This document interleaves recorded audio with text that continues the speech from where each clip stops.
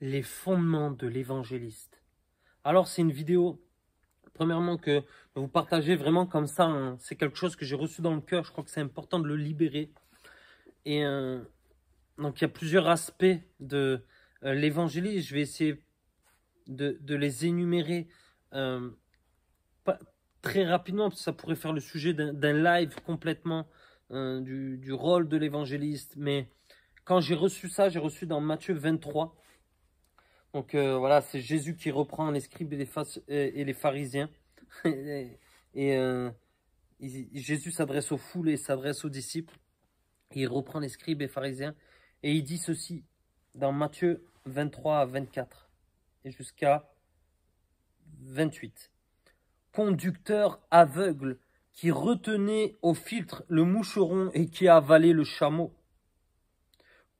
Malheur à vous, scribes et pharisiens hypocrites, parce que vous purifiez le dehors de la coupe et du plat, alors qu'en dedans ils sont pleins de rapine et d'intempérance.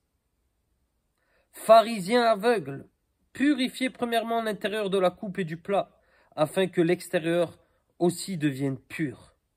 Malheur à vous, scribes et pharisiens hypocrites, parce que vous ressemblez à des sépulcres blanchis qui paraissaient beaux au dehors et qui au dedans sont pleins d'ossements de mort et de toute espèce d'impureté.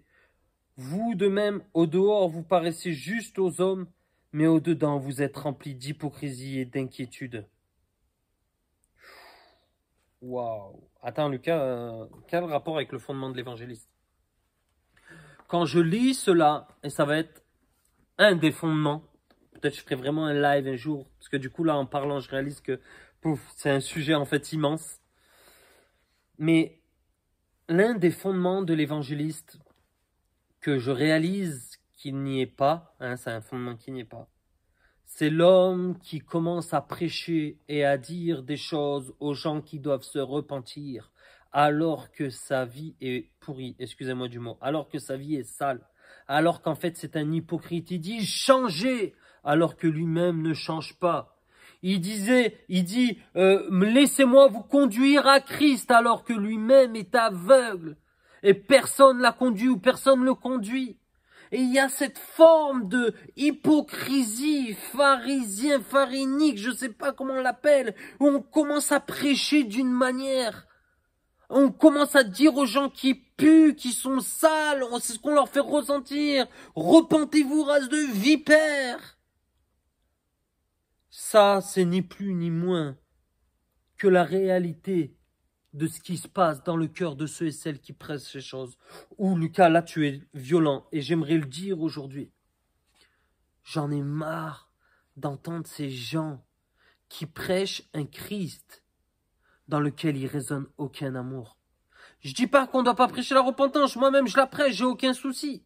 Mais la manière qu'on a de prêcher est hautaine des fois.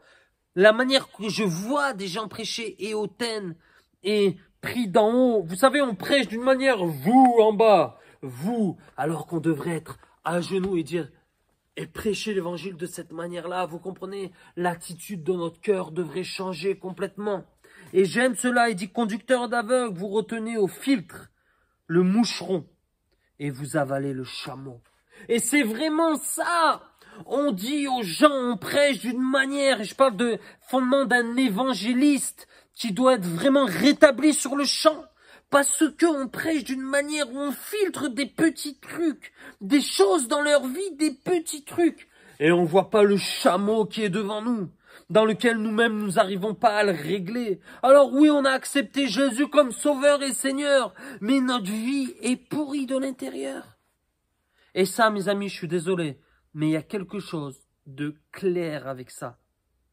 Ou si on a un peu de discernement, on côtoie un peu certains, on réalise qu'à l'intérieur d'eux, c'est pourri. On réalise qu'à l'intérieur d'eux, il y a la vie de sainteté n'est pas du tout présente.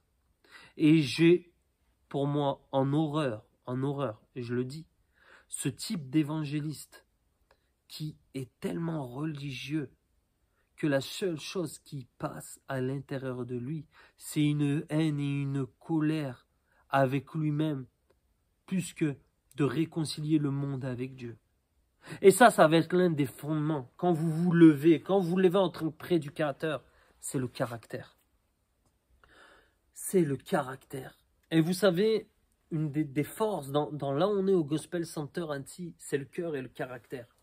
Et une des choses que quand je parlais récemment avec le pasteur de ce lieu, le père de ce lieu du Gospel Center Annecy, Julien Duby, il m'a raconté une histoire que je ne raconterai pas, parce que je ne vais pas demander déjà, je ne suis pas sûr s'il faut la sortir ou pas. Mais dans cette histoire, ce que j'ai compris, c'est cela. C'est, il a vu des hommes d'onction, il a vu des hommes oints, il a vu toutes ces choses. Mais il a vu l'envers du décor. Et ce n'est pas parce qu'un homme est oint que sa vie est dans la sainteté. Et je sais que Dieu, je ne sais pas comment Dieu, dans son amour, des fois, il perdure sa grâce. Et là, c'est là qu'on voit sa grâce est infinie. Mais il me dit, Lucas, tu verrais l'envers du décor, la réelle personne, comme ils sont dans leur vie, leur manière de vivre avec leur famille, avec leurs enfants, tu leur enlèverais le micro de suite. Et c'est ça que j'ai envie de parler dans l'un des fondements de l'évangéliste. D'être redevable, d'être soumis, faire partie d'une église locale, qu'elle soit petite, qu'elle soit grande. Pourquoi? Parce que tu vas être amené à une exposition et tu vas pouvoir tomber peut-être dans un jugement. Et ça, il faut vraiment faire attention. Donc c'était voilà une petite pépite, je sais que ça t'encourage, j'espère. Et n'hésite pas à voir vraiment toutes ces typologies d'évangélisme, d'évangélisation dans les formations gratuites que je t'offre. Sois béni.